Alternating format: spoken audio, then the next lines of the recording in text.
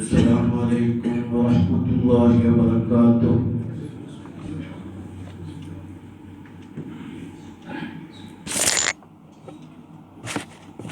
الله أكبر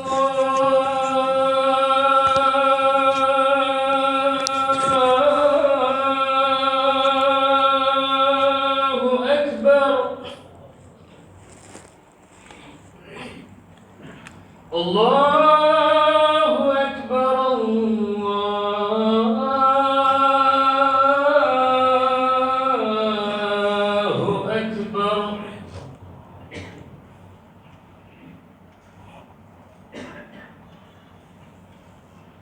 أشهد أن لا إله إلا الله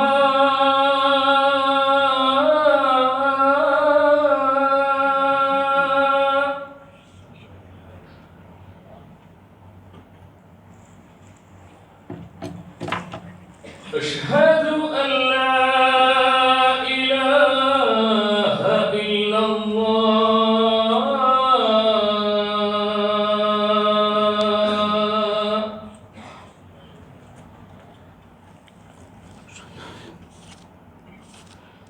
أشهد أن محمدًا رسول الله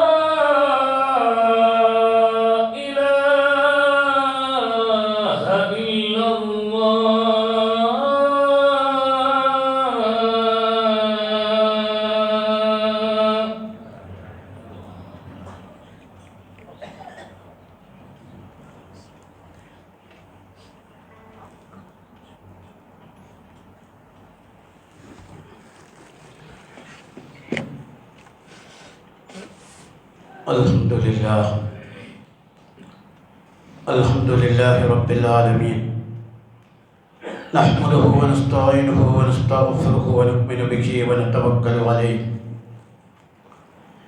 ونعوذ بالله تعالى من شرور أنفسنا ومن سيئات أعمالنا من يهده الله فلا مضل له ومن يضلل فلا هادي له ونشهد أن لا إله إلا الله وحده لا شريك له ونشهد أن محمدا عبده ورسوله أرسله بالهدى ودين الحق ليظهره على الدين كله ولو كره المشركون اللهم صل على محمد وعلى آل محمد كما صليت على إبراهيم وعلى آل إبراهيم وبارك على محمد وعلى آل محمد كما باركت على إبراهيم وعلى آل إبراهيم في العالمين إنك حميد مجيد أما بعد فإن خير الحديث كتاب الله وخير الهدي هدي محمد صلى الله عليه وسلم وشر الأمور محدثاتها وكل محدثة بدعة وكل بدعة ضلالة أيها الناس أوصيكم ونفسي أولا بتقوى الله أعوذ بالله السميع العليم من الشيطان الرجيم وكذلك جعلناكم أمة وسطا لتكونوا شهداء على الناس ويكون الرسول عليكم شهيدا وقال الله تعالى أيضا رسلا مبشرين ومنذرين لئلا يكون للناس حجة بعد الرسل وكان الله عزيزا حكيما صدق الله ആദരണീയരായ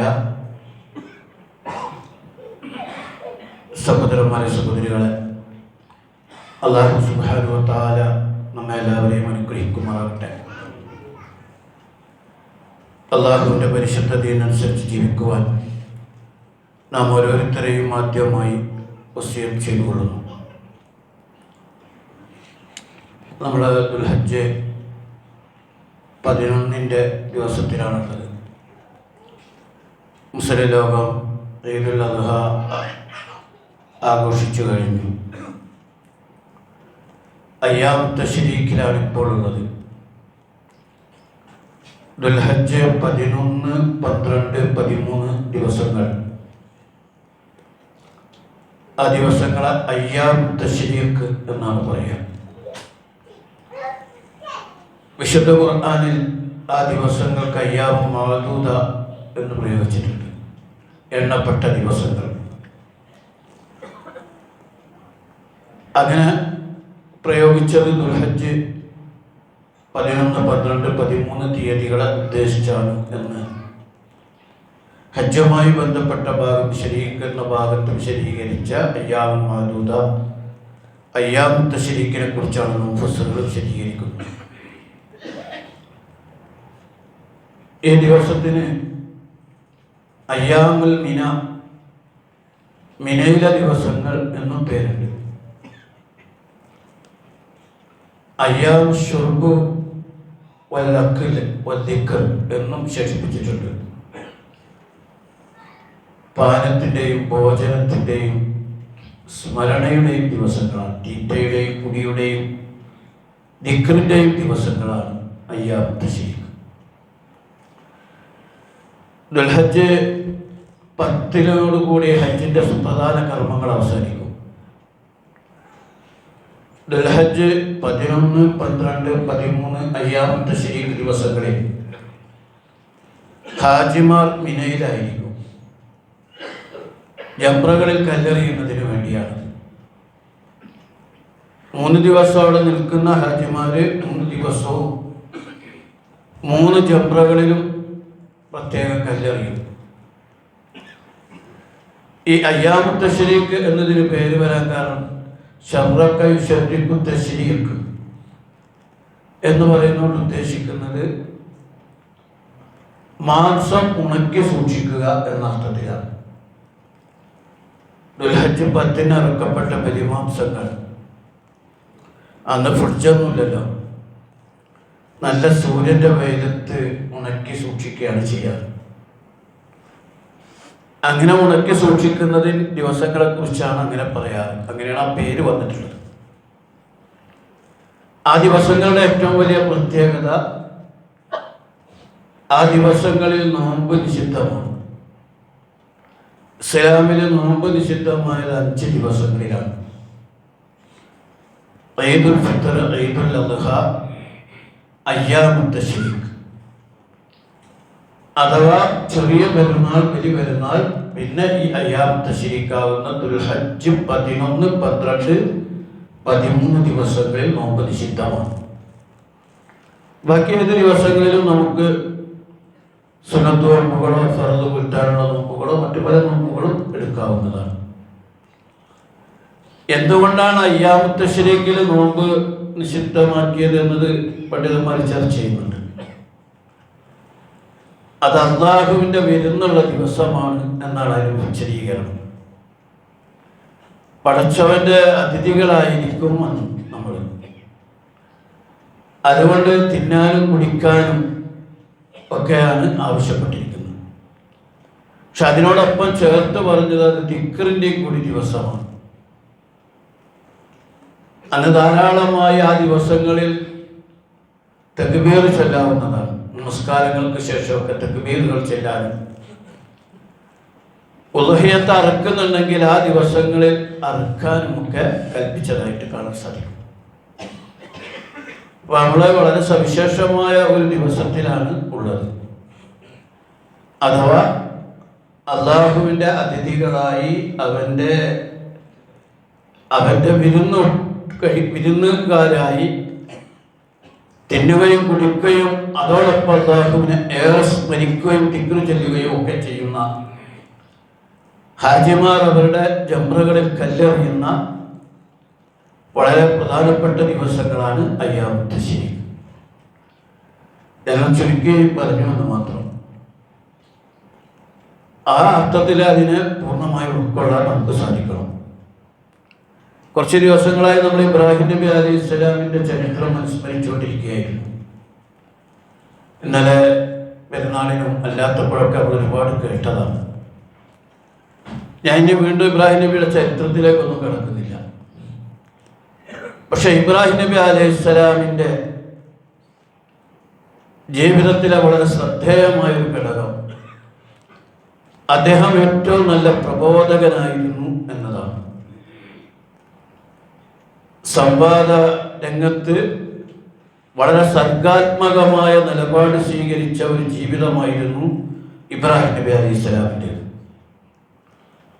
എങ്ങനെ ഒരു സമൂഹവുമായി സംവാദം നടത്തണം എന്നത് ഏറ്റവും കൃത്യമായ രീതിയിൽ ഇബ്രാഹിം നബി അലൈഹി ഇസ്ലാമിൽ നമുക്ക് കാണാൻ സാധിക്കും. ഏറ്റവും ആദ്യം തൻ്റെ പ്രബോധന ദൗത്യം അദ്ദേഹം ആരംഭിക്കുന്നത് വീട്ടിൽ നിന്നാണ്, കുടുംബത്തിൽ നിന്നാണ്. യാ അബത്തി എന്ന് വിളിച്ചുകൊണ്ട്, പിതാവിനെ സ്നേഹമസൃണമായി വിളിച്ചുകൊണ്ട് ഇബ്രാഹിം നബി അലൈഹി ഇസ്ലാം തൻ്റെ പിതാവ് ചെയ്തുകൊണ്ടിരിക്കുന്ന ശിർക്കിനെ കുറിച്ച് തെളിവുപെടുത്തുന്നുണ്ട്. ഒരു ഉപകാരവും ഉപദ്രവവും ചെയ്യാൻ കഴിയാത്ത ഈ വിഗ്രഹങ്ങളെ എന്തിനാണ് ആരാധിക്കുന്നത്? ഇങ്ങനെ ഒരുപാട് കാര്യങ്ങൾ അദ്ദേഹം പിതാവിനോട് ചോദിക്കുന്നുണ്ട്. വളരെ സ്നേഹത്തോടെയാണ് പിതാവിനോട് അദ്ദേഹം സംസാരിക്കുന്നത്. അപ്പൊ തൻ്റെ ദൗത്യം തൻ്റെ കുടുംബത്തിൽ നിന്ന് തന്നെ അദ്ദേഹം കൃത്യമായി ആരംഭിക്കുന്നത്. ഇബ്രാഹിം നബി അലൈഹി ഇസ്ലാമിൻ്റെ ഏറ്റവും വലിയൊരു സവിശേഷത അദ്ദേഹം തൻ്റെ കുടുംബത്തെ നന്നായി സെറ്റ് ചെയ്തു എന്നതാണ്. ഇബ്രാഹിം ആയി നമ്മളൊക്കെ മാറുന്നുണ്ടെങ്കിൽ നമുക്ക് ഇസ്മായിലുകളും ഇസ്ഹാക്കുകളും ഉണ്ടാകണം. നാം ഇബ്രാഹിം ആകാൻ ആഗ്രഹിക്കുന്നുണ്ടെങ്കിൽ നമുക്ക് ഹാജറ ഉണ്ടാകണം. ഹാജറയെയും ഹാജറ റളിയല്ലാഹു അൻഹയെയും ഇസ്മായിൽ അലൈഹി സ്വലാമിനെയും ഇസ്ഹാഖ് നബി അലൈഹി സ്വലാമിനെയും സാറയെയും ഒക്കെ രൂപപ്പെടുത്തുന്നതിൽ ഇബ്രാഹിം നബി അലൈഹി സ്വലാമിന് വലിയ പങ്കുണ്ട്. വലിയ പ്രാർത്ഥനകളും വളരെ ശ്രദ്ധയും അദ്ദേഹം അതിൽ കൊടുത്തിട്ടുണ്ട്. ഒരു ലോക പ്രവാചകനായി നിന്ന, ഒരുപാട് പ്രദേശങ്ങളിൽ പ്രവാചകത്വ ദൗത്യം നിർവഹിച്ച ഇബ്രാഹിം നബി അലൈഹി സ്വലാം തൻ്റെ കുടുംബത്തെ നന്നാക്കിയെടുക്കുന്നതിൽ തീവ്രമായി ശ്രമിച്ചിരുന്നു എന്ന് കാണാൻ സാധിക്കും. ഇബ്രാഹിം നബിയുടെ ചരിത്രം സ്മരിക്കുമ്പോൾ നമ്മുടെ കുടുംബത്തെ എപ്പോഴും നമ്മൾ ഓർക്കേണ്ടതുണ്ട്. ആ കുടുംബത്തിൽ നിന്ന് കൺകുളിർമ കിട്ടാൻ കഴിയും വിധം നമ്മുടെ കുടുംബത്തെ ദീനീവൽക്കരിക്കാനും ഇസ്ലാമികവൽക്കരിക്കാനുമുള്ള ശ്രമം ഇബ്രാഹിം നബി അലൈഹി സ്വലാമിന്റെ ചരിത്രം പഠിക്കുമ്പോൾ നമ്മുടെ മനസ്സിലുണ്ടാവണം എന്നാണ് ഞാൻ പറയുന്നത്. അങ്ങനെ ഇബ്രാഹിം നബി അലൈഹി സ്വലാം തൻ്റെ പ്രബോധന ദൗത്യം കുടുംബത്തിൽ നിന്ന് ആരംഭിച്ചു. നാട്ടുകാരോടും വേണ്ടപ്പെട്ടവരോടും അദ്ദേഹം പറയാൻ തുടങ്ങി. അത് വളരെ തന്മയത്വത്തോടു കൂടിയാണ് അദ്ദേഹം അവതരിപ്പിച്ചത് എന്നാണ്. فلما جن عليه الليل رأى كوكبا قال هذا ربي فلما أفل قال لا أحب الآفلين. അത് നമ്മൾ ആയത്തുകൾ നമ്മൾ പലപ്പോഴും കേട്ടിട്ടുള്ളതാണ്. ആ ജനതയുടെ നിലവാരത്തിലേക്ക് ഇറങ്ങി വന്നുകൊണ്ട് അവരുടെ ഘടനയിൽ അദ്ദേഹം തൗഹീദ് സ്ഥാപിക്കുകയാണ്. ആകാശത്ത് നക്ഷത്രങ്ങൾ വന്നപ്പോൾ അദ്ദേഹം അവരോട് പറഞ്ഞു, ശരിയാവും, വളരെ ഉയരത്തിൽ ജ്വലിച്ചു നിൽക്കുന്ന നക്ഷത്രങ്ങൾ, ഇതാണ് എൻ്റെ റബ്ബ്. കാരണം എല്ലാറ്റിനെയും റബ്ബായി സ്വീകരിക്കുന്ന ഒരു സമൂഹത്തിന്റെ മധ്യത്തിൽ അദ്ദേഹം അത് പറയുകയാണ്. പക്ഷെ അത് അസ്തമിച്ചപ്പോൾ അദ്ദേഹം പറഞ്ഞു, അങ്ങനെ അസ്തമിക്കുന്നതിനെ റബ്ബായി സ്വീകരിക്കാൻ ഞാൻ ഇഷ്ടപ്പെടുന്നില്ല. ഇത് ചന്ദ്രൻ പ്രത്യക്ഷപ്പെട്ടപ്പോഴും ഇതേ നിലപാട് അദ്ദേഹം സ്വീകരിച്ചു.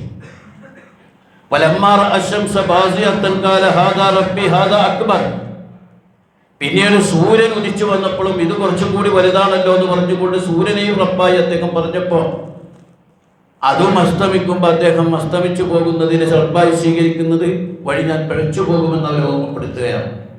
എന്നിട്ട് വളരെ ഹിക്മത്തോടുകൂടി അദ്ദേഹം അവതരിപ്പിച്ചു, ഇന്നി വജ്ജഹ്തു വജ്ഹിയ ലില്ലദി ഫത്തറസ്സമാവാതി വൽ അർദ ഹനീഫ.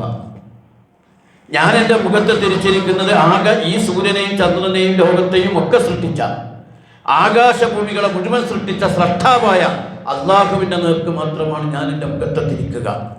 അപ്പോൾ യഥാർത്ഥത്തിൽ പ്രാപഞ്ചിക പ്രതിഭാസങ്ങളെയും പ്രപഞ്ചത്തിലെ വസ്തുക്കളെയും ആരാധിച്ചു കൊണ്ടിരിക്കുന്ന ഒരു സമൂഹത്തിൻ്റെ ആരാധനയിലെ പൊള്ളത്തരം അവരെ കൃത്യമായി ബോധ്യപ്പെടുത്തിയിട്ട് തൗഹീദിലേക്ക് വളരെ ഹിക്മത്തോടു കൂടി വളരെ സർഗാത്മകമായി അദ്ദേഹം അവതരിപ്പിക്കുന്ന നമുക്ക് ഖുർആനിൽ നിന്ന് വായിച്ചെടുക്കാൻ കഴിയും.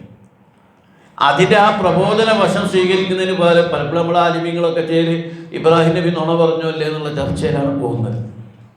അത് നുണയൊന്നുമല്ല. ഇബ്രാഹിം നബി ഒരിക്കലും സൂര്യനും ചന്ദ്രനും നക്ഷത്രങ്ങളും ദൈവമാണെന്നല്ല സ്ഥാപിച്ചിട്ടുള്ളത്. അതല്ലാന്ന് ബോധ്യപ്പെടുത്താൻ വേണ്ടി അവരിലേക്ക് ഇറങ്ങി വന്നുകൊണ്ട് അവരുടെ മുമ്പിൽ കാര്യങ്ങൾ അവതരിപ്പിക്കുകയാണ് ഇബ്രാഹിം നബി അലൈഹി സ്വലാം ചെയ്തത്. ഈ വസ്തുത നമ്മൾ മനസ്സിലാക്കേണ്ടതുണ്ട്.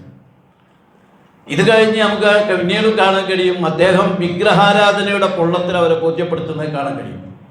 ആളുകളെല്ലാം ഉത്സവത്തിന് പോകുമ്പോൾ അദ്ദേഹം പറഞ്ഞു, കാലം ഈ സമയം ഞാൻ രോഗിയാണ്, ഞാനില്ല. എല്ലാവരും പോയി കഴിഞ്ഞപ്പോൾ അദ്ദേഹം വിഗ്രഹങ്ങളിരിക്കുന്ന വിഗ്രഹശാലയിലേക്ക് കയറി ചെല്ലുന്നുണ്ട്. അതിലെ ചെറിയ വിഗ്രഹങ്ങളെ മുഴുവൻ തച്ചുടച്ച് വലിയ വിഗ്രഹത്തിന്റെ കഴുത്തിൽ കോടാലി വെക്കുന്നുണ്ട്. ആളുകളൊക്കെ കൂടി വന്നു നോക്കുമ്പോൾ തങ്ങളുടെ ആരാധ്യ വസ്തുക്കളൊക്കെ തച്ചുടക്കപ്പെട്ടിരിക്കുന്നു. ആരാണ് ഞങ്ങളെ ഈ വിഗ്രഹങ്ങളെ വിധം ചെയ്തത് എന്നവർ അന്വേഷിക്കുമ്പോൾ ഒരു ചെറുപ്പക്കാരനായ ഇബ്രാഹിമാണ് ചെയ്യുന്നത് എന്നവർ കണ്ടെത്തുന്നു. അദ്ദേഹത്തോട് ചോദിക്കുകയാണ്, ആരാണ് ഈ ചെറിയ വിഗ്രഹങ്ങളെ തച്ചുടച്ചത്? ഇബ്രാഹിം നബി അലൈഹി സ്വലാം അടുത്ത വഴിക്ക് വന്നിട്ട് എന്നോട് ചോദിച്ചിട്ടെന്താ, ഈ ചെറിയ വിഗ്രഹങ്ങളെ മുഴുവൻ തച്ചുടക്കപ്പെടുന്നത് കണ്ടുകൊണ്ടിരിക്കുന്ന ഒരു വലിയ വിഗ്രഹം അവിടെ ഉണ്ടല്ലോ, ഉടക്കപ്പെടാതെ കിടക്കുന്ന, ശരിയായ രീതിയിൽ കിടക്കുന്ന ഒരു വിഗ്രഹം, അതിനോട് ചോദിച്ചു നോക്ക്, ആരാണ് ഇതിനെ ചെറുതിനടുത്തത്? ഇബ്രാഹിം നബി അലൈഹി സ്വലാം അവരെ ബോധ്യപ്പെടുത്തുകയാണ്, തങ്ങൾ തച്ചുടക്കപ്പെടുമ്പോൾ പ്രതിരോധിക്കാൻ കഴിയാത്ത, തൻ്റെ കൂടെയുള്ളതിനെ തച്ചുടക്കുമ്പോൾ അതിനെ പ്രതിരോധിക്കാൻ കഴിയാത്ത വിഗ്രഹങ്ങളെയാണ് തങ്ങൾ ആരാധിച്ചു കൊണ്ടിരിക്കുന്നത് എന്നവരെ ബോധ്യപ്പെടുത്തുന്ന നമുക്ക് കാണാൻ സാധിക്കും. അങ്ങനെ നിരന്തരം അദ്ദേഹത്തിൻ്റെ പ്രബോധന പ്രവർത്തനങ്ങൾ നമുക്ക് കാണാൻ സാധിക്കുന്നതാണ്. ഒരു പ്രദേശത്തല്ല, പല പ്രദേശം, പലസ്തീനിൽ, അതേപോലെ തന്നെ ഇജാസിൽ, പല ഭാഗങ്ങളിലും അദ്ദേഹം ഒരുപാട് കാലം, ഏകദേശം 175 വർഷക്കാലം ഇബ്രാഹിം നബി അലൈഹി സ്വലാം ജീവിച്ചു എന്നാണ് പണ്ഡിതന്മാർ പറയുന്നത്. അദ്ദേഹം നിരന്തര പ്രബോധനം നിർവഹിച്ചുകൊണ്ടിരിക്കുന്നുണ്ട്. ഇബ്രാഹിമി മില്ലത്തിൻ്റെ ആളുകൾ എന്ന നിലക്ക് നമ്മളോട് അല്ലാഹു തആല പറഞ്ഞില്ല, വജാഹിദു ഫില്ലാഹി ഹഖ്ക ജിഹാദി എന്ന് പറയുന്ന ആയത്തിലും നമ്മളോട് പറയുന്നത്, പ്രവാചകന്മാർ നിങ്ങൾക്ക് സാക്ഷിയായതുപോലെ നിങ്ങൾ അല്ലാഹുവിൻ്റെ സന്ദേശത്തിന് നിങ്ങളും സാക്ഷികളാണ്. ആ ജിഹാദാണ് നമ്മൾ ഏറ്റെടുക്കേണ്ടത്. ഇബ്രാഹിം നബി അലൈഹിസ്സലാം വളരെ ത്യാഗം സഹിച്ചുകൊണ്ട് ഇസ്ലാമിൻ്റെ പ്രബോധന ദൗത്യം നിർവഹിച്ചു. ഇബ്രാഹിം നബി അലൈഹിസ്സലാമിൻ്റെ ചരിത്രം ആവർത്തിക്കുന്ന നമ്മൾ ഇസ്ലാമിൻ്റെ ചിയാറുകളിൽ നിന്ന് തള്ളിക്കളഞ്ഞ, ഒരു പരിഗണനയും കൊടുക്കാത്തൊരു വിഷയമാണ് ദാവത്ത്. നിസ്കരിക്കേണ്ടി, നമ്മൾ നോമ്പ് വെക്കുന്നുണ്ട്, സക്കാത്ത് കൊടുക്കുന്നുണ്ട്, ഹജ്ജ് ചെയ്യുന്നുണ്ട്. കാരണം ഇതൊക്കെ ഖുർആൻ കൽപ്പിച്ചിട്ടുള്ളതുകൊണ്ടാണ്. അതേ ഖുർആൻ അതിനേക്കാൾ ശക്തമായി, അതിനേക്കാൾ ഗൗരവത്തിൽ നമ്മളെ ഏൽപ്പിച്ച പണിയാണ് ദാവത്ത്. ആ ദാവത്തിനെ കുറിച്ച് ചിന്തിക്കുന്ന പോലുമില്ല മുസ്ലിം സമുദായം ഇബ്രാഹിം നബി അലൈഹി സ്വലാമിൻ്റെ മില്ലത്ത് എന്നതാണ് ഏറ്റവും ഖേദകരമായ കാര്യം. നിങ്ങളൊന്ന് ആലോചിച്ച് നോക്കിയാൽ എന്ത് അക്രമമാണ് നമ്മൾ ചെയ്യുന്നത്. ഈ ഇസ്ലാമിൻ്റെ റിസാലത്തിൻ്റെ ഒരു ഘടനയെ നമുക്ക് എല്ലാവർക്കും അറിയാം. ഒരു മാമിൻ ഉമ്മത്തിൻ ഇല്ലാ ഖലാ ഫിഹാ നദീർ, ഒരു മുന്നറിയിപ്പുകാരൻ വരാത്തൊരു സമൂഹ ലോകത്ത് കഴിഞ്ഞു പോയിട്ടില്ല. എല്ലാ ജനപദങ്ങളിലേക്കും അള്ളാഹു അമ്പിയാക്കന്മാരെ അയച്ചിട്ടുണ്ട്. ജനങ്ങൾ അള്ളാഹുവിൻ്റെ മാർഗത്തിലേക്ക് ക്ഷണിക്കുന്ന അമ്പിയാക്കന്മാർ. അവസാനത്തെ പ്രവാചകൻ മുഹമ്മദ് മുസ്തഫ സല്ലല്ലാഹു അലൈഹി വസല്ലം തിരുമേനിയോടുകൂടി പ്രവാചകത്വ പരമ്പര അവസാനിച്ചു. ഇനി പ്രവാചകന്മാർ വരാനില്ല.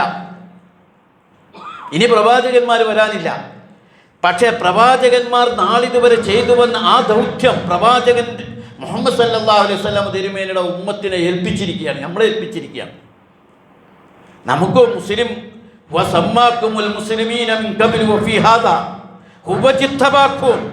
ഈ ഇബ്രാഹിം നബിയുടെ ചരിത്രത്തിൽ സൂറത്ത് ഇബ്രാഹിമിൻ്റെ ഹജ്ജിൻ്റെ അവസാനത്തിൽ പറയുന്നുണ്ട്, ഈ ഇബ്രാഹിം നബി അലൈഹി സ്വലാമിൻ്റെ മില്ലത്തിനെ കുറിച്ച് ഖുർആൻ അനുസ്മരിച്ചിട്ട് പറയുന്നു, ഹുവ ജിത്തബാക്കും, നിങ്ങളവൻ തെരഞ്ഞെടുത്തിരിക്കുന്നു. മില്ലത്ത് അബീക്കും ഇബ്രാഹിം, നിങ്ങളുടെ പിതാവായ ഇബ്രാഹിമിൻ്റെ മില്ലത്താണ് നിങ്ങളെ തെരഞ്ഞെടുത്തിരിക്കുന്നു അല്ലാഹ്. അമ്പിയാക്കന്മാരായി തെരഞ്ഞെടുത്തതുപോലെ അമ്പിയാക്കന്മാരുടെ ദൗത്യം നിർവഹിക്കാൻ തെരഞ്ഞെടുക്കപ്പെട്ട സമുദായമാണ് മുസ്ലിങ്ങളായ നിങ്ങൾ എന്ന് അല്ലാഹു തആല നമ്മളെ ഓർമ്മപ്പെടുത്തുന്നു. നമ്മൾ മനസ്സിലാക്കേണ്ട ഒരു കാര്യമാണ്. എന്നിട്ട് ആ പണി ഏൽപ്പിച്ചിട്ട് അങ്ങനെ ഒരു സംഗതി പോലും നമ്മുടെ ഹൃദയത്തിൽ, നമ്മുടെ ഉത്തരവാദിത്വത്തിലുണ്ട് എന്ന് ചിന്തിക്കാതെ ജീവിക്കുന്നു മുസ്ലിം സമുദായം. ഇത് ഞാൻ പറയുന്നു, പടച്ചവന് മുമ്പിൽ നമ്മളൊക്കെ കുറ്റക്കാരാക്കാൻ പോണ കാര്യം. നമ്മളെ വിചാരമൊക്കെ ഇപ്പോൾ നാട്ടിലെ അമുസ്ലിങ്ങളൊക്കെ നരകത്തിൽ, നമ്മൾ ഇസ്ലാമിൻ്റെ പേരുള്ളവരൊക്കെ സ്വർഗത്തിൽ നിന്നും വിചാരിച്ചിട്ടാണ് നമ്മൾ നടക്കുന്നത്. നമ്മൾ മനസ്സിലാക്കണം, വിശുദ്ധ ഖുർആൻ ഗണ്യതമായി പറഞ്ഞൊരു കാര്യം നമ്മുടെ ഉള്ളിലെങ്കിലും നമ്മൾ അറിയേണ്ടതാണ്.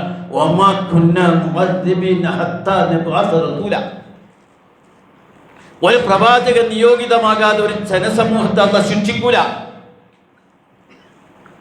ഒരു ക്വസ്റ്റ്യൻ പേപ്പർ കിട്ടാത്ത ആളോട് എങ്ങനെ പരീക്ഷ ചെയ്താൽ പറയാം? നമ്മളെ നാട്ടിലെ സഹോദരന്മാരായ മതവിശ്വാസികളായ ആളുകൾക്ക് ഇസ്ലാമിനെ കുറിച്ച് വല്ലതും കിട്ടിയിട്ടുണ്ടോ? നമ്മളാരെങ്കിലും ഇസ്ലാമിനെ കുറിച്ച് പറഞ്ഞു കൊടുത്തിട്ടുണ്ടോ? നബി സല്ലല്ലാഹു, ഈ ഹജ്ജ് ആണല്ലോ ഈ നടക്കുന്നത്. നബി സല്ലല്ലാഹു അലൈഹി വസല്ലം തങ്ങൾ ഒരൊറ്റ ഹജ്ജാ ചെയ്തത്. അതാണ് ഹജ്ജത്തുൽ വിദാ. ആ ഹജ്ജത്തുൽ വിദായിൽ വെച്ച് നടന്ന ഏറ്റവും വലിയൊരു സംഭവം എന്താണെന്ന് പറഞ്ഞാൽ, നബി സല്ലല്ലാഹു അലൈഹി വസല്ലം തിരുമേനി അന്ന് 1,00,000 ചില്ലാനം വരുന്ന ഹാജിമാരെ അഭിമുഖീകരിച്ചുകൊണ്ട്, അന്നത്തെ മുസ്ലിം സമൂഹത്തെ അഭിമുഖീകരിച്ചുകൊണ്ട് ചോദിച്ചു, ഹലാൽ ബല്ലഗ്തു, ഞാൻ ഈ സന്ദേശം നിങ്ങൾക്ക് എത്തിച്ചു തന്നു. ഈ സന്ദേശം ഒരുപാട് നമുക്കറിയാലോ. റസൂലുള്ളാഹി സ്വല്ലല്ലാഹു അലൈഹി വസല്ലം തിരുമേനി ഇസ്ലാമിൻ്റെ സന്ദേശം മുസ്ലിമീങ്ങൾക്ക് എത്തിക്കാൻ വേണ്ടിപ്പെട്ട പാട്, ജനങ്ങൾക്ക് എത്തിക്കാൻ വേണ്ടിപ്പെട്ട പാടത്തോളം ഗൗരവമുണ്ട് നമുക്ക് എല്ലാവർക്കും അറിയാം. ഹലാൽ ബല്ലഗ്തു, ഞാൻ ഈ സന്ദേശം നിങ്ങൾക്ക് എത്തിച്ചോ? സഹാബാക്കൾ ഏകസ്വരത്തിൽ പറഞ്ഞു, ബലാ യാ റസൂലുള്ളാഹ്, എത്തിച്ചു. അതെ എങ്കിൽ ഇവിടെ ഹാജരുള്ളവർ ഹാജരില്ലാത്തവർക്ക് ഈ സന്ദേശം എത്തിക്കണം. നമ്മളെ ഏൽപ്പിച്ചതാ, നമ്മളത് ഏറ്റു. നമ്മൾ പറഞ്ഞു ബലാ യാ റസൂലുള്ളാഹ് എന്ന് പറഞ്ഞപ്പോൾ അല്ലാഹുമ്മ അഷ്ഹദ്, അല്ലാഹുവിൻ്റെ റസൂല് അല്ലാഹുമ്മ അഷ്ഹദ്, അല്ലാഹുമ്മ അഷ്ഹദ്, അല്ലാഹുമ്മ അഷ്ഹദ്, അല്ലാഹുവേ നീ സാക്ഷിയാണ് കേട്ടോ, ഞാൻ എത്തിച്ചിരിക്കുന്നു എന്ന് ഇവരെന്നെ പറയുന്നു, ഇതാ ഇവർ സമ്മതിച്ചിരിക്കുന്നു. അങ്ങനെ നമ്മളത് ഏറ്റു. അന്നത്തെ മുസ്ലിങ്ങൾ ഏറ്റവും ഏറ്റിട്ട് എന്താ ഉണ്ടായിരുന്നറിയോ? ഒരു വഖത്ത് നിസ്കരിച്ചാൽ 1,00,000 വഖത്ത് നിസ്കാരത്തിൻ്റെ പ്രതിഫലമുള്ള മക്കയുടെ ഹറമിൻ്റെ പരിസരത്ത് നിന്ന് 10,000 വഖത്ത് നമസ്കാരത്തിൻ്റെ പ്രതിഫലമുള്ള മസ്ജിദുൻ നബവിയുടെ പരിസരത്ത് നിന്ന് അള്ളാഹുവിൻ്റെ റസൂൽ അന്ത്യവിശ്രമം കൊള്ളുന്ന പ്രവാചകന്റെ അന്ത്യവിശ്രമം കൊള്ളുന്ന പ്രദേശത്ത് നിന്ന് റൗളയുടെ പരിസരത്ത് നിന്ന് ആ മുസ്ലിമീങ്ങൾ അറിയപ്പെട്ട ലോകത്തേക്കൊക്കെ യാത്ര തിരിച്ചു. എന്തിന്? ഈ ദാവത്ത് എത്തിക്കാൻ, ഈ സന്ദേശം എത്തിക്കാൻ. കാരണം ഇത് എത്തിച്ചാൽ അതുപോലെ പ്രതിഫലമുണ്ട് എന്ന് അവർ മനസ്സിലാക്കി. ആരെങ്കിലും ഒരാളെ ഒരു നന്മയിലേക്ക് ക്ഷണിച്ചാൽ, അയാൾ ആ നന്മ ചെയ്താൽ, അയാൾ ആ സത്യവിശ്വാസം സ്വീകരിച്ചാൽ ആ സ്വീകരിച്ചവന് കിട്ടുന്ന പ്രതിഫലം ഇയാൾക്ക് കിട്ടും, ഈ ക്ഷണിച്ചാൾക്ക് കിട്ടും. അതുകൊണ്ട് ഒരാൾക്ക് ദാവത്ത് എത്തിച്ചാൽ ആ ദാവത്തിൻ്റെ പ്രതിഫലം വലിയ പ്രതിഫലമാണെന്ന് മാത്രമല്ല, ദാവത്ത് എത്തിച്ചിട്ടില്ലെങ്കിൽ വലിയ കുറ്റല്ലേ. നിങ്ങളൊന്ന് ആലോചിച്ച് നോക്കി. അപ്പോൾ ഞാനൊരു ഉദാഹരണം പറയാം. ഇവിടെ ഒരു വലിയ തൊട്ടപ്പുറത്തൊരു വലിയ കുഴിയിൽ തീ കിടന്ന് കത്തുകയാണ്. തീയുണ്ട്, വലിയ കുഴിയാണ്, അതിൽ തീയുണ്ട് എന്ന് വിചാരിക്കാം. തീയുണ്ട്. നമുക്കൊരു വിവരം കിട്ടിയിരിക്കുന്നു, അവിടെ ഒരു വലിയ കുഴിയുണ്ട്, തീയുണ്ട് എന്ന് വിവരം കിട്ടിയെന്ന് മാത്രമല്ല, നമ്മളോടൊരാളെ ഏൽപ്പിച്ചിരിക്കുന്നു, ഇതിലാളുകൾ നടന്നു പോകുമ്പോൾ അറിയാതെ ഈ കുഴിയിൽ ചാടാൻ സാധ്യതയുണ്ട്. നിങ്ങളൊരു കാര്യം ചെയ്യണം, ഇതിലെ വരുന്നവരോട് പറയണം, ഇതിലൊരു കുഴിയുണ്ട്, ഇതിലെ മറ്റേ വഴിക്കാണ് പോകേണ്ടത് എന്ന് പറയണം. നമ്മളത് ഏറ്റെടുത്തു. എന്നിട്ട് നമ്മളത് ചെയ്തില്ലെങ്കിൽ നിങ്ങളൊന്ന് ആലോചിച്ച് നോക്കി. ആളുകൾ അറിയാതെ ആ കുഴിയിൽ തീയിൽ വീഴുമ്പോൾ എന്നിട്ടോ അതിനേക്കാൾ കടുപ്പം എന്താന്ന് പറഞ്ഞാൽ, ആളുകൾ ഇങ്ങനെ വീണ്ടുകൊണ്ടിരിക്കുമ്പോൾ ഇയാൾ കുഴിയുടെ അപ്പുറത്തിരുന്ന് നിസ്കരിക്കുക, ഇയാൾ അതൊന്ന് തിരിഞ്ഞു നോക്കാതെ നോക്കി വെക്കുക, ദിക്ർ ചൊല്ലി കുത്തിയിരിക്കുകയാണ്, ആൾക്കാരിങ്ങനെ വീഴാൻ. ഇതല്ലേ ഈ സമുദായം ചെയ്യുന്നത്? ഈ സമുദായം നിസ്കരിക്കുന്ന സമുദായം, ദിക്ർ ചൊല്ലുന്ന സമുദായം, നോമ്പ് നോക്കുന്ന സമുദായം, തങ്ങളുടെ പരിസരത്തിൽ ലക്ഷക്കണക്കിന് ആളുകൾ അള്ളാന്റെ അടിയാറുകൾ അള്ളാന്റെ ദീന് കിട്ടാതെ ജീവിക്കുമ്പോൾ നാളെ റബ്ബിന്റെ മുമ്പിൽ വന്നിട്ട് അവർ പറയില്ലേ, ഇവരെ അങ്ങക്ക് ഇത് എത്തിച്ചില്ല എന്ന് പറയില്ലേ? റബ്ബന ആതിഹിം ദുഅഫൈൻ മിനൽ അദാബ്, പടച്ചവനെ ഇവർക്ക് ഇരട്ടി ശിക്ഷ കൊടുക്കണമെന്ന് പറയില്ലേ? ഞാൻ പറയുന്നു, ഞാനും നിങ്ങളും പ്രതികളാകാൻ പോകുന്ന വലിയൊരു വിഷയം ഈ സന്ദേശം മൂടിവെച്ചു എന്നുള്ളതാണ്. വിശുദ്ധ ഖുർആനിൽ ഇങ്ങനെ പരിശോധിച്ച് നോക്കിയാൽ നിറഞ്ഞ ആയത്തുകൾ കിടക്കുകയാണ്. അതുകൊണ്ട് നമുക്ക് പറ്റണ വിധത്തിൽ ഇസ്ലാമിൻ്റെ ലോകത്തിന് പരിചയപ്പെടുത്തി കൊടുക്കണം. അതിന് വലിയ മൊയിലേരും വലിയ ആരുമൊന്നും ആകണമെന്നില്ല. അവർക്കല്ല, മറ്റ് സാധാരണ ജനങ്ങൾക്കും പൊതുസമൂഹത്തിൽ ജീവിക്കുന്ന ആളുകൾക്കുമാണ് ഇസ്ലാമിനെ കൂടുതൽ പരിചയപ്പെടുത്താൻ കഴിയുക. നമ്മൾക്ക് പറ്റുന്ന രൂപത്തിൽ പറയണം. എന്തെല്ലാം തെറ്റിദ്ധാരണകൾ ഒരു ഭാഗത്ത് അഴിച്ചുവിട്ടുകൊണ്ടിരിക്കുന്നു. ഇസ്ലാമിനെ നശിപ്പിക്കാൻ അവരൊക്കെ ഇസ്ലാം അല്ലാത്തവർ എന്തെല്ലാം പണിയെടുത്തുകൊണ്ടിരിക്കുന്നു. കണ്ടില്ല, ആസാമിലെ മുഖ്യമന്ത്രി, ബംഗാളിലെ മുഖ്യമന്ത്രി, എന്താവേശത്തിലാ കാര്യങ്ങൾ നീക്കുന്നത്. മുസ്ലിമീങ്ങൾ അങ്ങനെ ഇല്ലാതാക്കാൻ, ഇസ്ലാമിൻ്റെ ഐഡിയോളജി ഇല്ലാതാക്കാൻ, മുസ്ലിങ്ങളുടെ സ്വത്വബോധം നശിപ്പിക്കാൻ, ഇസ്ലാമിനെ തകർക്കാൻ ആസൂത്രിതമായൊരു ഭാഗത്ത് ശ്രമിക്കുമ്പോൾ ഇസ്ലാമിൻ്റെ നന്മകൾ മൂടിവെച്ച് നമുക്ക് എങ്ങനെ ഇബ്രാഹിം നബിയുടെ മില്ലത്താന്ന് പറയാൻ പറ്റൂ? ഇബ്രാഹിം നബിയുടെ മില്ലത്ത് വർഷത്തിലൊരിക്കൽ ഇബ്രാഹിം നബിയുടെ അവദാനങ്ങൾ പാടുകയും ഒരു ഉദുഹിയത്ത് അറുക്കുകയും ഒരു പെരുന്നാൾ ആഘോഷിക്കുകയും ചെയ്താൽ തീരോ ഇല്ല. ഇബ്രാഹിം നബിയുടെ മില്ലത്താകണമെങ്കിൽ, നൂഹ് നബിയുടെ അനുയായികളാകണമെങ്കിൽ, മുഹമ്മദ് റസൂലുള്ളാഹിയുടെ അനുയായികളാകണമെങ്കിൽ രാപ്പകലില്ലാതെ പടച്ചവന്റെ ദീനിന്റെ മാർഗത്തിലേക്ക് അള്ളാന്റെ ദീനിന്റെ സന്ദേശം ജനങ്ങൾക്ക് എത്തിക്കുന്ന പ്രബോധകരായി മാറാൻ ഇസ്ലാമിക സമൂഹം മാറണം. ഇന്ന് അങ്ങനെ ഒരു സംഗതി പോലും നമ്മളെ ഇടയിൽ ചർച്ച ഇല്ലാതുള്ളതാണ് സംഭവം. ആരും എത്തിച്ചു കൊടുക്കുന്നില്ല. അതേസമയം നിങ്ങൾ മനസ്സിലാക്കണം, എത്തിക്കുന്ന പ്രദേശങ്ങളുണ്ട്, വമ്പിച്ച റിസൾട്ട് ഉണ്ട്. ഞാൻ പലപ്പോഴും പറയലില്ലേ, ഈ ഇന്റർനെറ്റിൽ പോലും അവർ എഴുതി വച്ചിരിക്കുന്നത് ഫാസ്റ്റസ്റ്റ് ഗ്രോയിങ് റിലീജിയൻ, ഇസ്ലാം വളരെ വേഗത്തിൽ വളരുകയാണ്, വളരെ വേഗത്തിൽ. യൂറോപ്പിൽ അമേരിക്ക സമൂഹങ്ങൾ വളരെ വേഗത്തിൽ വരുന്നുണ്ട്. എവിടെ പണിയെടുത്തോ അവിടെയൊക്കെ മാറ്റങ്ങളുണ്ട്. പക്ഷെ നമ്മൾ പണിയെടുക്കുന്നില്ല. നമുക്കങ്ങനെ ഒരു ബോധം തന്നെ ഇല്ല. റബ്ബിൻ്റെ മുമ്പിൽ നമ്മളാരും ചോദ്യം ചെയ്യപ്പെടില്ല. നിസ്കാരത്തിന് നമുക്ക് നല്ല ബേജാറുണ്ടല്ലോ. കാരണം എന്താ, നിസ്കരിച്ചെങ്കിൽ അള്ള ചോദിക്കും.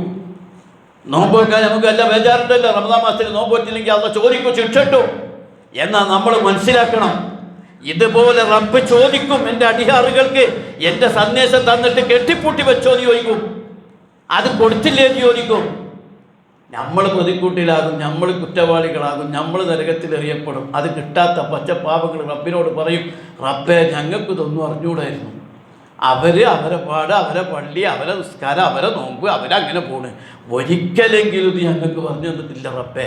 മൂപ്പര് നമ്മളെ കല്യാണത്തിന് വിളിച്ചിട്ടുണ്ടായിരുന്നു, നോമ്പിൽ അതേപോലെ തന്നെ കാശ് കടം പേടിച്ചിട്ടുണ്ടായിരുന്നു, അതേപോലെ ഭാര്യയ്ക്ക് സുഖമില്ലാത്തപ്പോൾ സന്ദർശിക്കാൻ വന്നിരുന്നു, മക്കൾക്ക് സുഖമില്ലാതായപ്പോൾ കൊണ്ടുപോയിട്ടുണ്ട്. ഞങ്ങൾ തമ്മിൽ ഭയങ്കര ബന്ധവും സ്നേഹമൊക്കെ തന്നെ. പക്ഷേ ഒരിക്കൽ പോലും അവരുടെ ദീൻ ഞങ്ങൾക്കും കൂടിയുള്ള ദീനാണെന്ന് ഞങ്ങളെ ബോധ്യപ്പെടുത്തുന്ന ഒരു പണിയും ഇവർ ചെയ്തിട്ടില്ല റബ്ബേ എന്ന് പറഞ്ഞാൽ, നീതിമാനായ റബ്ബ് ആരെ ശിക്ഷിക്കുന്നു? ഹൃദയത്തിൽ തട്ടി നമ്മൾ ചിന്തിക്കണം. ഹൃദയത്തിൽ തട്ടി നമ്മൾ ചിന്തിക്കണം. പറ്റും, നമുക്കൊക്കെ പറ്റും, ഏതാൾക്കും കഴിയും. പക്ഷെ ഒരു മനസ്സുണ്ടാകും.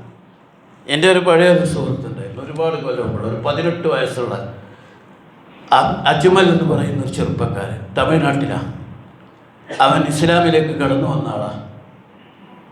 അജ്മൽ വന്ന് 2 വർഷം വേലൂർ ഇസ്ലാം സെൻറ്ററിൽ നിന്ന് ഇസ്ലാമിനെ പഠിച്ചു. 16-ാമത്തെ വയസ്സിൽ വന്നു, 18-ാമത്തെ വയസ്സിൽ പഠിച്ചു. പഠിച്ചു കഴിഞ്ഞ് അജ്മൽ പറഞ്ഞു, ഞാൻ എനിക്ക് ഈ കിട്ടിയ വെളിച്ചം, കിട്ടിയ ഇരുട്ടിൽ കിടന്നവർക്കല്ലേ ആ വെളിച്ചത്തിൻ്റെ വില അറിയുള്ളൂ, ഇസ്ലാമിൻ്റെ വെളിച്ചം. അജ്മൽ പറഞ്ഞു, ഞാൻ ആ 18 വയസ്സുള്ള ചെറുപ്പക്കാരൻ പറഞ്ഞു, ഞാനൊരു ഗ്രാമത്തിലേക്ക് ചേക്കേറാൻ പോവുകയാണ്, അവിടെ ജോലിക്കായിട്ട് പോവുകയാണ്. എൻ്റെ ലക്ഷ്യം അവർ ഇസ്ലാമിൻ്റെ സന്ദേശം എത്തിക്കലാണ്. ആ പോയത് അജ്മൽ 2 വർഷം കൊണ്ട് ഒരു ഊരിലെ ജനതയെ മുഴുവൻ ഏകദേശം 100-400ഓളം പേരെ ഒന്നിച്ച് അജ്മൽ ഇസ്ലാമിലേക്ക് കൊണ്ടുവന്നു. ഒരു ദീനായിട്ടുള്ള 2 വർഷത്തെ ബന്ധം അജ്മലിനോട്. പിന്നീട് ഇസ്ലാത്ത് നന്നായി പഠിച്ചു. അജ്മലിനോട് എത്ര ആളുകൾ, എത്ര മനുഷ്യർ. നമ്മൾ അങ്ങനെയും ഒരു ചിന്ത നടത്തണം. നമ്മൾ മുസ്ലിം സമുദായത്തിനകത്ത് തന്നെ ദാവത്ത് നടത്തേണ്ട അവസ്ഥ. അതുപോലും മുസ്ലിം സമുദായത്തിനകത്തെ ഒരു പരിഷ്കരണ പ്രവർത്തനത്തിൽ പോലും നമ്മൾ ഭാഗമാക്കാകുന്നില്ല. മുസ്ലിങ്ങളിൽ മദ്യപാനികൾ വർദ്ധിക്കുന്നു, ലഹരി മരുന്ന് ഉപയോഗം വർദ്ധിക്കുന്നു, ദീനില്ലാത്തവർ വർദ്ധിക്കുന്നു, നിസ്കരിക്കാത്ത മനുഷ്യന്മാരെ മുസ്ലിം സമുദായത്തിനകത്ത്. ഈ പാവങ്ങളെ വിചാരം ഈ കൗമിൻ്റെ ഉള്ളിൽ പെട്ടാൽ മതി, വല്ലപ്പോഴൊക്കെ നിസ്കരിച്ചാൽ സ്വർഗത്തിൽ പോകുന്ന പൊട്ടത്തരം വിചാരിച്ച് നടക്കുകയാണ് ഇവരൊക്കെ. ഞാൻ വല്ല പെരുന്നാൾക്ക് നിസ്കരിക്കുക, നോമ്പൊക്കെ റമദാനിക്ക് നിസ്കരിക്കുക, എന്നാൽ സ്വർഗത്തിലായിക്കോളും എന്നാണ് ഈ പാവങ്ങൾ ധരിച്ചിരിക്കുന്നത്. അല്ല മോനെ, നമസ്കാരം കൃത്യമായി അനുഷ്ഠിച്ചിട്ടില്ലെങ്കിൽ സ്വർഗത്തിൽ പോകൂലെന്ന് ഈ സമുദായത്തിനകത്തുള്ളവരോടെങ്കിലും നമുക്ക് പറയാൻ പറ്റണ്ടേ? അങ്ങനെ പറ്റുമ്പോഴാണ് നമ്മൾ ഇബ്രാഹിം നബി അലൈഹി ഇസ്ലാമിൻ്റെ മില്ലത്തിൽപ്പെട്ടവരായി മാറുക. ഇത് വളരെ അതിന് ഇബ്രാഹിം നബി അലി സ്വീകരിച്ച ഒരു രീതി. അപ്പം നമുക്ക് ഓർക്കിപ്പോൾ ഈ ഫാസിസ്റ്റ് ലോകത്ത്, പുതിയ ലോകത്ത് എങ്ങനെ ഇസ്ലാമിലേക്ക് ക്ഷണിക്കാന്ന് പറഞ്ഞാൽ ഓടിപ്പോയിട്ട് ഇങ്ങോട്ട് വാ ഇസ്ലാം എന്ന് പറയലൊന്നുമല്ല. അങ്ങനെ ഇസ്ലാമിൻ്റെ ചരിത്രവും ഇല്ല. ഇത്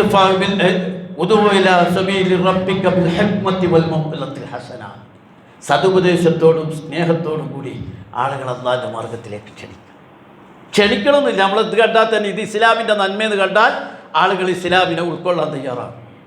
ഇത് ഇസ്ലാമിൻ്റെ നന്മയെന്ന് കണ്ടാൽ മതി, ഉൾക്കൊള്ളാൻ തയ്യാറാവും.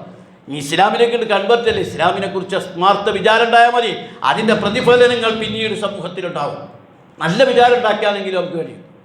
നമുക്ക് ചെറിയ പണി ചെയ്യേണ്ടുള്ളൂ. നമുക്ക് മിനിമം ശത്രുക്കളെങ്കിലും ഇല്ലാതാക്കിക്കൂടെ? ഇത്